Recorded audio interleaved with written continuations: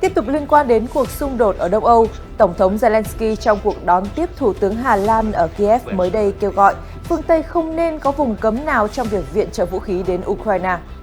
Tại tiền tuyến, các binh sĩ Ukraine ở Bakhmut cũng kêu gọi cần hỗ trợ mạnh mẽ về vũ khí và phương tiện quân sự để đối phó với các cuộc tấn công của quân đội Nga.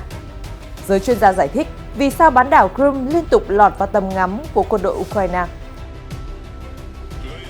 Trong khi đó, có thông tin cho rằng Mỹ bí mật nói với Ukraine rằng nguồn viện trợ có giới hạn.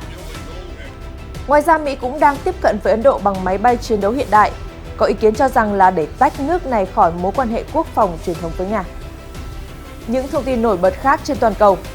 Tổng thống Nga tin năng lượng nước này sẽ được mua nhiều ở châu Á. Trung Quốc dự báo sẽ nhập khẩu dầu nhiều kỷ lục cho năm 2023. Trung Quốc, Nhật có thể sắp đối thoại an ninh.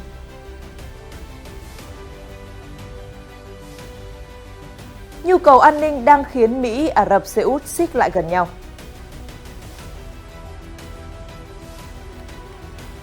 Nhật Bản muốn thu hút thêm nhiều nhân công nước ngoài tay nghề cao. Tất cả sẽ có trong chương trình Thời sự quốc tế ngày sau đây.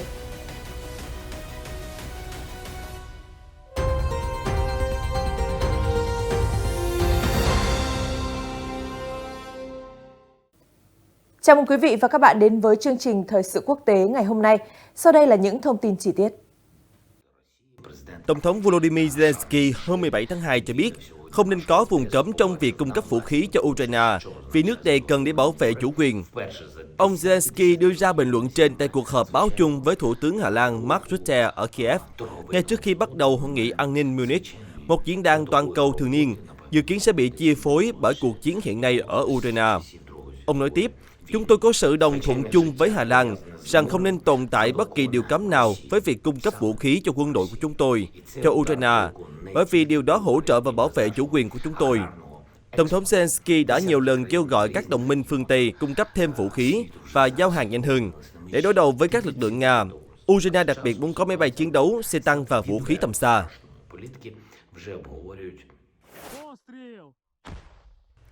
Các binh sĩ Ukraine đang chiến đấu ở thành phố Bakhmut đã bày tỏ nguyện vọng muốn có thêm vũ khí từ bên ngoài khi các lãnh đạo cấp cao phương Tây gặp nhau ở Munich hôm 17 tháng 2 để đánh giá lại cuộc chiến kéo dài một năm đang làm rung chuyển châu Âu. Dmytro, một quân nhân đứng trong tuyến gần Bakhmut nói, lặp lại thông điệp mà Tổng thống Zelensky đưa ra trước đó. Hãy cho chúng tôi thêm thiết bị quân sự và nhiều vũ khí hơn để đối phó với sự tấn công của Nga. Gần một năm sau cuộc xung đột, quân đội Nga đang tăng cường các cuộc tấn công ở phía đông. Ukraine đang lên kế hoạch cho một cuộc phản công mùa xuân. Do vậy, họ muốn có nhiều vũ khí hơn, hạng nặng hơn và tầm xa hơn từ các đồng minh phương Tây. Cuộc xung đột tồi tệ nhất ở châu Âu kể từ Thế chiến thứ hai đến nay đã khiến hàng chục nghìn người thiệt mạng, hàng triệu người phải rời bỏ nhà cửa, làm suy yếu nền kinh tế toàn cầu và khiến Tổng thống Putin bị cô lập. Tổng thống Putin nói rằng ông đang chiến đấu vì an ninh của Nga, chống lại một liên minh NATO đang mở rộng mạnh mẽ. Nhưng Kiev và các đồng minh coi cuộc tấn công là chiếm đất kiểu thuộc địa ở Ukraine, trước đây là một phần của Liên Xô do Nga quản lý. Trên chiến trường băng giá, các quân nhân Ukraine dẫn một nhà báo đến thăm, trông thấy những lợi ích của xe bọc thép Bushmaster do Úc cung cấp, tại khu vực mà binh lính Nga đã sa lầy nhiều tháng trong nỗ lực chiếm Bakhmut, nơi nhóm lính đánh thuê Wagner cũng đang tấn công. Người lính Dmytro cho biết thêm, các phương tiện này che chắn cho binh lính khỏi đạn, cho phép sơ tán người bị thương và làm nơi ẩn nấp cho hoạt động trinh sát. Có trường hợp mìn chống tăng bị kích nổ, binh sĩ chỉ xây xát, không có binh sĩ nào bị thương nặng. Nó hoạt động rất hiệu quả. Thống đốc Luhansk, tỉnh ở Donbass mà Nga kiểm soát gần như hoàn toàn, cho biết các cuộc tấn công trên bộ và trên không đang gia tăng. Thống đốc Serhiy Haidai nói với đài truyền hình địa phương, ngày nay, mọi hướng khá khó khăn, có những nỗ lực liên tục nhằm chọc thủng tuyến phòng thủ của chúng tôi. Trong bản cập nhật mới nhất, phía Nga cho biết một loạt các cuộc tấn công bằng tên lửa hôm 16 tháng 2 xung quanh Ukraine đã được mục tiêu là đánh vào các cơ sở cung cấp nhiên liệu và đạn dược cho quân đội Ukraine. Ukraine báo cáo 36 tên lửa, trong đó có 16 quả đã bị bắn hạ. Nhà máy lọc dầu lớn nhất của họ, Kremenchuk, cũng bị tấn công. Tạp chí Newsweek của Mỹ ngày 16 tháng 2 cho rằng Rum một lần nữa có thể lọt vào tầm ngắm của Ukraine vì sự phòng thủ phân tán của quân đội Nga. Hai máy bay không người lái UAV đã tấn công lực lượng Nga ở thành phố cảng Sevastopol trên bán đảo Crimea vào sáng 16 tháng 2. Thị trưởng do Nga bổ nhiệm, ông Mikhail Drovotyayev cho biết, hai UAV đã bị bắn hạ trên biển và lực lượng phòng vệ của chúng ta tiếp tục chặn đứng đòn tấn công. Ông nói thêm, nhiều UAV khác đã bị bắn rơi tại cùng khu vực không phận trong thời gian gần đây, dù ông không trực tiếp chỉ đích danh Ukraine là thủ phạm. Cùng với việc thông báo đóng cửa đường bộ và tạm ngừng dịch vụ phà biển, thị trưởng cho biết mọi thứ ở thành phố Sevastopol vẫn yên bình. Kênh Telegram Kremlin cho biết vào khoảng 5 giờ sáng ngày 16 tháng 2, nhiều vụ nổ vang lên từ vị trí của quân đội Nga. Tiếng nổ lớn nhất xảy ra vào khoảng 6 giờ 15. Truyền thông địa phương nói rằng đã có báo cáo về tiếng rocket phóng lên, kèm theo vụ nổ đinh tai ngay sau đó. Sóng xung kích khiến một số cửa sổ bị vỡ. Bộ Quốc phòng Nga không bình luận về các vụ đánh chặn các UAV, nghi là của Ukraine cố gắng xâm nhập Crimea. Tổng thống Ukraine Zelensky nhiều lần bày tỏ khao khát lấy lại quyền kiểm soát Crimea, bán đảo Nga sáp nhập năm 2014, vào tháng 8 năm ngoái. Ông Zelensky nói xung đột bắt nguồn từ Crimea và sẽ kết thúc ở đây. Tuy nhiên, Ngoại trưởng Mỹ Antony Blinken đã nghi ngờ khả năng Kiev giành lại Crimea và lo ngại những hậu quả khó lường nếu thực hiện nỗ lực này. Tờ Politico ngày 15 tháng 2 dẫn lời ông Blinken cho rằng tấn công vào Crimea không phải là tính toán khôn ngoan ở hiện tại. Tham mưu trưởng quân đội Mỹ Mark Milley cho rằng việc kiểm soát Crimea là nhiệm vụ cực kỳ khó khăn đối với quân đội Ukraine. Tuy nhiên, vì sao các vụ tập kích vào Crimea vẫn diễn ra? Chuyên gia Hilary Apper, giáo sư tại trường cao đẳng Clement McKenna ở California, nói với Newsweek rằng bất kỳ cuộc tấn công lớn nào của Ukraine ở Crimea đều sẽ dẫn tới phản ứng bất cân xứng từ Nga, nghĩa là Moscow sẽ đáp lại vô cùng khủng khiếp, tương tự như cách phản ứng đối với vụ nổ trên cầu Kerch hồi tháng 10 năm ngoái. Bà Apper nhận xét, việc sáp nhập bán đảo Crimea năm 2014 có ý nghĩa chính trị rất quan trọng đối với Điện Kremlin, và Nga luôn muốn giữ chặt quyền kiểm soát bán đảo bằng mọi giá.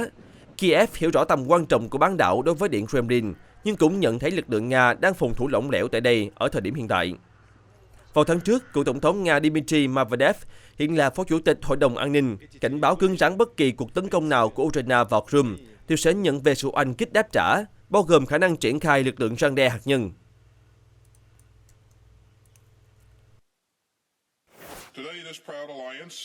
Bộ trưởng Quốc phòng Mỹ Lloyd Austin gần đây tuyên bố nước này và các đồng minh sẽ tiếp tục làm việc cùng nhau để cung cấp năng lực chiến đấu toàn diện cho Ukraine. Nhưng trong lúc ông Austin phát biểu ở Brussels, nhiều quan chức tại Washington lại cảm thấy lo ngại và tin rằng nguồn vũ khí chuyển tới Ukraine không phải vô hạn. Nếu Tổng thống Zelensky cho rằng có được tấm séc trắng từ Mỹ, vậy thì ông ấy đã lầm, tờ Newsweek nhận xét. Theo Washington Post, chính phủ Mỹ dự kiến sắp công bố gói viện trợ quân sự mới cho Ukraine trong tuần tới. Tuy nhiên, một quan chức cấp cao nói với tờ Washington Post rằng chúng tôi nhấn mạnh với Kiev không thể hỗ trợ mọi thứ mãi mãi. Viện Nghiên cứu Chiến tranh có trụ sở ở Washington cũng cho biết, một số quan chức Mỹ đã gửi thông điệp riêng tới Ukraine rằng nguồn hỗ trợ của phương Tây là có giới hạn. Dù vậy, Bộ trưởng Quốc phòng Mỹ ngày 14 tháng 2 cho biết Kiev đang đi tới bước ngoặt quan trọng nhân dịp tròn một năm xung đột. Vì vậy, Ukraine rất cần nguồn hỗ trợ kịp thời ở giai đoạn này. Giáo sư chính trị Prof. Sin từ Đại học London nói với tờ Newsweek, ở hiện tại, lưỡng đảng Mỹ vẫn duy trì sự ủng hộ tương đối mạnh mẽ về tài chính cho Ukraine trong bối cảnh Nga liên tục tấn công, gây thiệt hại lớn về người và tài sản. Tuy nhiên, có dấu hiệu cho thấy ngày càng nhiều nghị sĩ đảng Cộng hòa nghĩ rằng Mỹ đang giúp Ukraine quá nhiều. Đa số nghị sĩ Cộng hòa vẫn tiếp tục tán thành viện trợ như một nhóm nhỏ nhưng không quan trọng, bao gồm các nghị sĩ dân túy bảo thủ đang thể hiện sự phản đối. Vào đầu tháng này, nghị sĩ Matt Gaetz, đại diện bang Florida, đã kêu gọi ngừng viện trợ quân sự và tài chính cho Ukraine, thay vào đó thúc đẩy thỏa thuận hòa bình. Ông Gaetz nói với tờ Newsweek, Tổng thống Joe Biden đã quên mất lời nói của mình hồi tháng 3 năm 2022 rằng việc cung cấp thiết bị quân sự quá mức cho Ukraine có thể dẫn tới Thế chiến thứ ba. Nhiều tiếng nói quan trọng khác của đảng Cộng hòa, bao gồm nghị sĩ bang Colorado bà Lauren Boebert và nghị sĩ Georgia bà Marjorie Taylor Greene, cũng ủng hộ quan điểm của ông Gaetz. Quan điểm này có thể khiến Quốc hội Mỹ khó thông qua những gói viện trợ lớn cho Ukraine trong thời gian tới, vì hiện giờ lưỡng viện không còn do đảng Dân Chủ kiểm soát, mà đảng Cộng hòa chiếm đa số ở Hạ viện. Vào tháng 10 năm ngoái, nghị sĩ Kevin McCarthy đã khẳng định đảng Cộng hòa sẽ không ký vào tờ séc trắng gửi cho Ukraine, nghĩa là không viện trợ mãi mãi. Hiện giờ khi ông McCarthy giữ ghế chủ tịch Hạ viện, nhiều khả năng sự viện trợ dành cho Ukraine sẽ trở nên eo hẹp hơn. Theo nhiều nhà phân tích, Tổng thống Zelensky cũng hiểu rõ vấn đề trên khi ông công du đến Mỹ vào năm ngoái. Chuyến thăm đến Pháp, Anh và Bỉ của ông Zelensky trong thời gian gần đây cũng nhằm mục đích nhắc nhở các đồng minh rằng Cuộc chiến ở Ukraine vẫn cực kỳ gian khổ và kéo dài. Hình ảnh vị tổng thống mặc trang phục màu xanh quân đội có ý nghĩa kêu gọi sự đồng cảm và ủng hộ dành cho Kiev.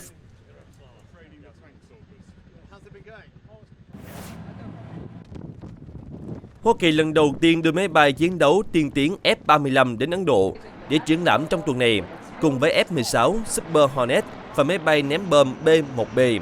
Washington không giấu ý định lôi kéo New Delhi tách khỏi nhà cung cấp vũ khí truyền thống của mình là Nga. Ấn Độ mong muốn hiện đại hóa phi đội máy bay chiến đấu chủ yếu từ thời Liên Xô để tăng cường sức mạnh không quân. Hiện lo ngại về sự chậm trễ cung cấp từ Nga do chiến tranh Ukraine và cô lập kinh tế từ phương Tây. Phái đoàn Mỹ tham dự triển lãm Aero India kéo dài một tuần ở Bengaluru, kết thúc vào ngày 17 tháng 2, nhấn mạnh mối quan hệ chiến lược ngày càng tăng giữa hai nước. Ngược lại, Nga, nhà cung cấp vũ khí lớn nhất của Ấn Độ kể từ thời Liên Xô, chỉ có sự hiện diện trên danh nghĩa. Nhà xuất khẩu vũ khí Rosoboronexport Export có gian hàng chung với United Arab và Onmas Antey, trưng bày mô hình thu nhỏ của máy bay, xe tải, radar và xe tăng. Tại các lần trước của triển lãm, Rosoboronexport Export có vị trí lớn hơn cho gian hàng của mình, mặc dù Nga không đưa máy bay chiến đấu đến Belarus trong một thập kỷ, sau khi Ấn Độ bắt đầu xem xét mua thêm máy bay chiến đấu của châu Âu và Mỹ. Boeing FA-18 Super Hornet đã tham gia cuộc đua cung cấp máy bay chiến đấu cho tàu sân bay thứ hai của Hải quân Ấn Độ. F-21 của Lockheed Martin và F-16 nâng cấp được thiết kế cho Ấn Độ ra mắt tại Aero India 2019, cũng đang được chào mời đến lực lượng không quân Ấn Độ. Một đề xuất trị giá 20 tỷ USD của lực lượng không quân Ấn Độ để mua 114 máy bay chiến đấu đa năng đã được đưa ra 5 năm trước, trở thành tâm điểm chú ý bởi căng thẳng với Trung Quốc và Pakistan. Ấn Độ hiện không xem xét F-35 cho chương trình này, nhưng việc trưng bày hai chiếc F-35 tại Aero India lần đầu tiên là một dấu hiệu cho thấy tầm quan trọng chiến lược ngày càng tăng của New Delhi đối với Washington. Ông Asad Singh, một nhà phân tích quốc phòng độc lập, cho biết đó không phải là một lời rao hàng, mà là tín hiệu cho thấy tầm quan trọng của mối quan hệ quốc phòng song phương ở Ấn Độ Dương, Thái Bình Dương. Ông nói, ngay cả việc mua bán vũ khí không phải là nền tảng của mối quan hệ, thì vẫn có sự hợp tác và cộng tác ở cấp độ quân sự giữa Ấn Độ và Mỹ. Hoa Kỳ đang chọn lọc những quốc gia được phép mua F-35. Khi được hỏi liệu nó có được cung cấp cho Ấn Độ hay không, chuẩn đô đốc Michael L. Parker, truyền viên quốc phòng tại Đại sứ quán Mỹ ở Ấn Độ, nói New Delhi đang ở giai đoạn sớm để xem xét liệu họ có muốn mua máy bay này không. Người phát ngôn của không quân Ấn Độ không trả lời yêu cầu bình luận về sự quan tâm của họ đối với F-35. Trước buổi triển lãm, truyền thông Nga đưa tin Moscow cung cấp cho New Delhi khoảng 13 tỷ USD vũ khí trong 5 năm qua. Mỹ đã thông qua việc bán vũ khí trị giá hơn 6 tỷ USD cho Ấn Độ trong 6 năm qua, bao gồm máy bay vận tải, trực thăng Apache, Chinook và MH-60, tên lửa, hệ thống phòng không, súng hải quân cùng máy bay giám sát F-81 Poseidon. Ấn Độ cũng muốn sản xuất nhiều thiết bị quốc phòng trong nước với sự hợp tác của các tập đoàn toàn cầu để đáp ứng nhu cầu của mình và cuối cùng là xuất khẩu. Tổng thống Vladimir Putin hôm 17 tháng 2 ca ngợi gã khổng lồ khí đốt tự nhiên của Nga, khẳng định tập đoàn Gazprom sẽ phát triển mạnh mẽ, bất chấp những nỗ lực của phương Tây nhằm cô lập. Ông cũng tin tưởng nhu cầu mua khí đốt sẽ tăng lên ở châu Á. Kể từ khi cuộc chiến nổ ra, công ty khí đốt tự nhiên lớn nhất thế giới đã phải vật lộn với việc bán sang châu Âu khi phương Tây tìm cách giảm sự phụ thuộc vào năng lượng của Nga và giảm thu ngân sách của Nga.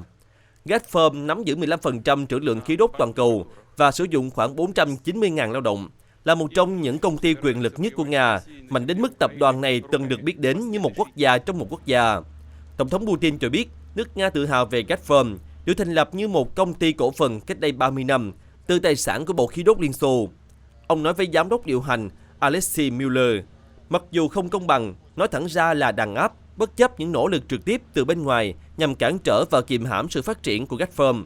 Công ty đang tiến lên phía trước và triển khai các dự án mới. Trong 30 năm qua, mức tiêu thụ khí đốt toàn cầu đã tăng gần gấp đôi và trong 20 năm tới, theo ước tính của các chuyên gia, sẽ tăng thêm ít nhất 20% và có thể hơn thế nữa. Xuất khẩu khí đốt của Gazprom sang châu Âu vốn là nguồn thu chính, đã giảm mạnh vào năm ngoái do hậu quả chính trị từ cuộc xung đột ở Ukraine và các đường ống Nord Stream bị hư hại do các vụ nổ bí ẩn. Tổng thống Putin không đề cập đến Nord Stream, chỉ ra nhu cầu khí đốt trong tương lai sẽ được thúc đẩy bởi châu Á. Ông nói, trong cái gọi là giai đoạn chuyển tiếp, nhu cầu sẽ rất lớn. Hơn nữa, hơn một nửa mức tăng này sẽ thuộc về các quốc gia châu Á, Thái Bình Dương, trước hết là Cộng hòa Nhân dân Trung Hoa.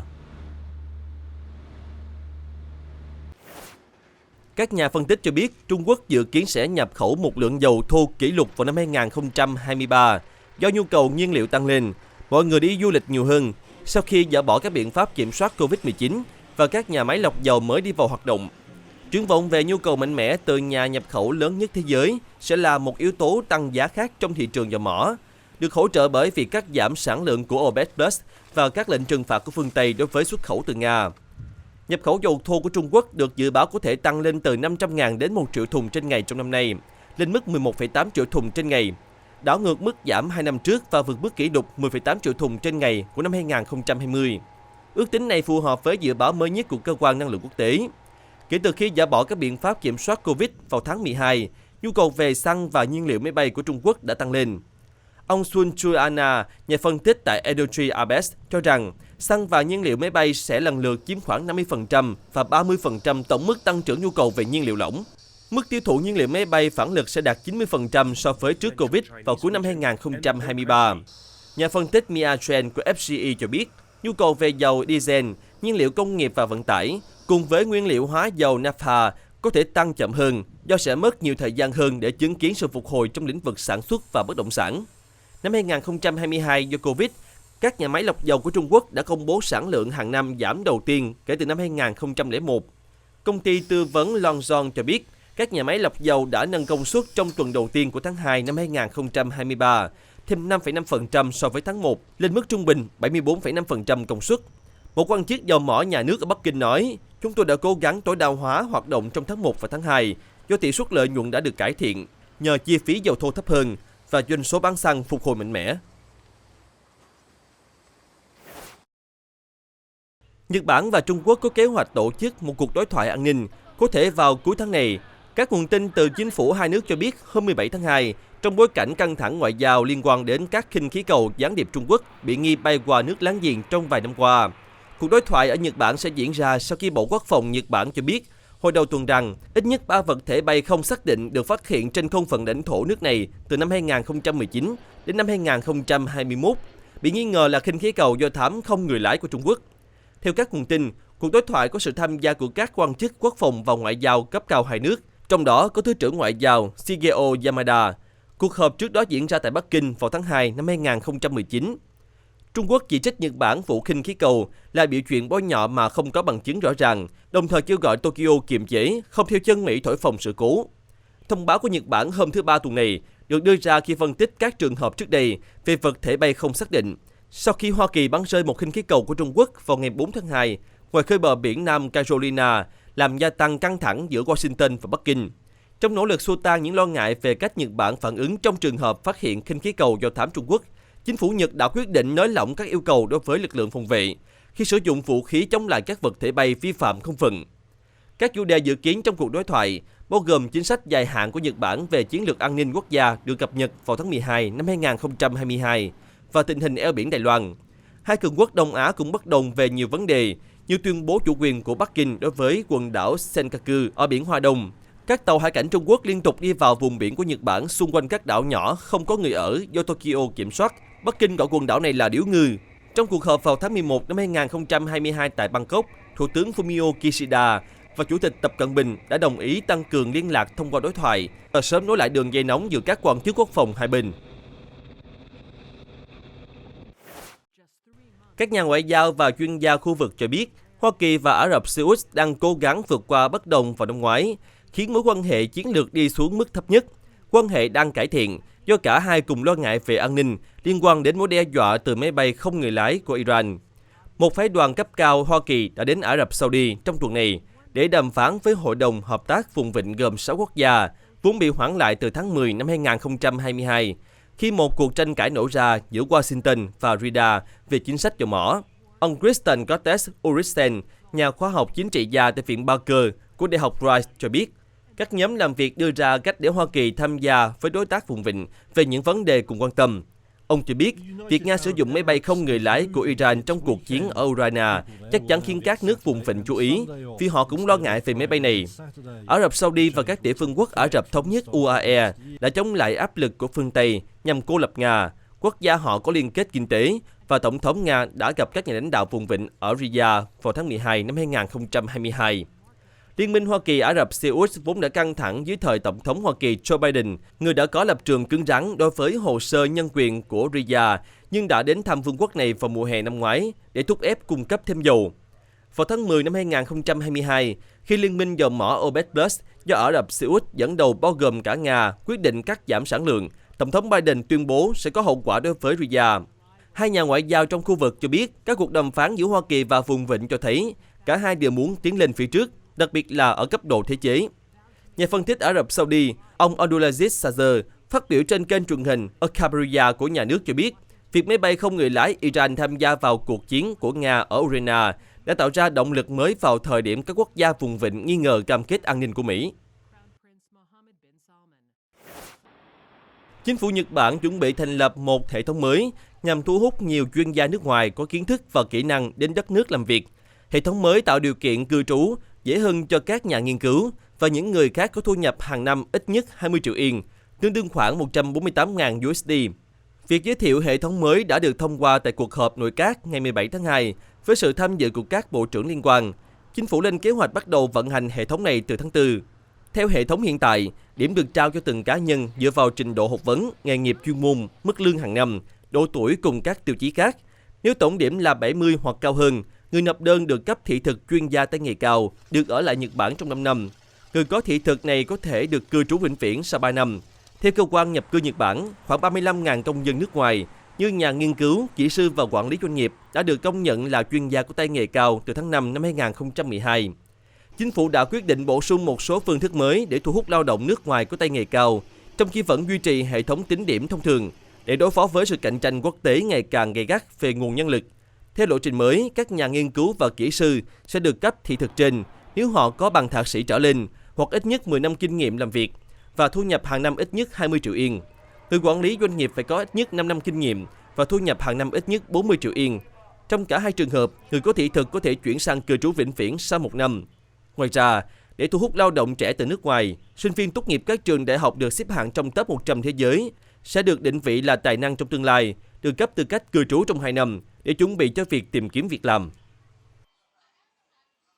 Chương trình thời sự quốc tế hôm nay đến đây là kết thúc.